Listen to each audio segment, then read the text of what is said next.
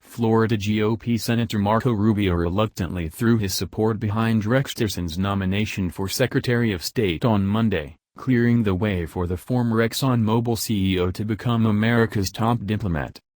Given the uncertainty that exists both at home and abroad about the direction of our foreign policy, it would be against our national interests to have this confirmation unnecessarily delayed or embroiled in controversy, Rubio wrote in a lengthy Facebook post.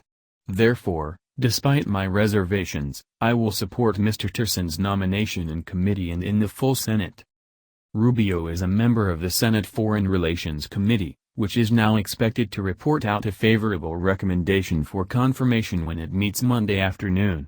Republicans hold a one-seat advantage on the panel, so a no vote would have blemished, though not torpedoed, President Trump's choice to run the State Department.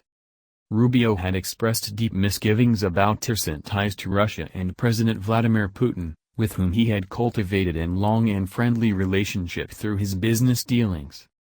During the sometimes tense confirmation hearing earlier this month, Rubio called Tillerson's answers troubling and discouraging when he refused to commit to tougher steps against Russia in the wake of the country's well-documented interference in the recent presidential election. He had also seemed frustrated when Tillerson would not agree with the senator that Putin was a war criminal for Russia's actions in Syria. In his statement Monday, Rubio aired some of his ongoing concerns about confirming the former oilman. Mr. Tillerson is likely to have a potentially unprecedented level of influence over the direction of our foreign policy. I remain concerned that in the years to come, our country will not give the defense of democracy and human rights the priority they deserve, and will pursue a foreign policy that too often sets aside our values and our historic alliances in pursuit of flawed geopolitical deals. But he also had praise for Tillerson. I was encouraged by a number of his answers throughout this process. He acknowledged that Russia conducted a campaign of active measures designed to undermine our elections. He stated that Russia's taking of Crimea was illegal and illegitimate.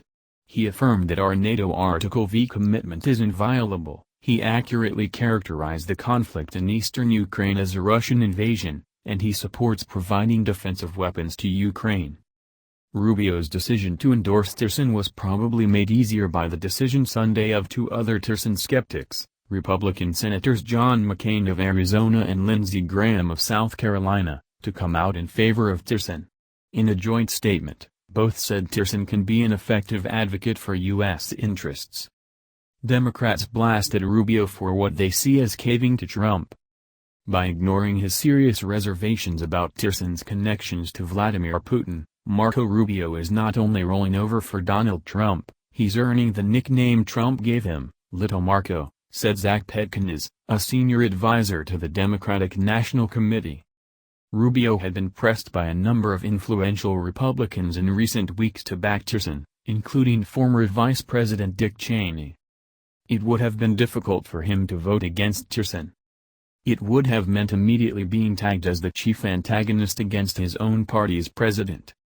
It would also have meant running afoul of Senate GOP leaders who just awarded him a coveted seat on the Appropriations Committee. Only a handful of cabinet nominees have been rejected, the most recent being former Texas Senator John Tower in 1989, whom President George H. W. Bush had named to run the Pentagon.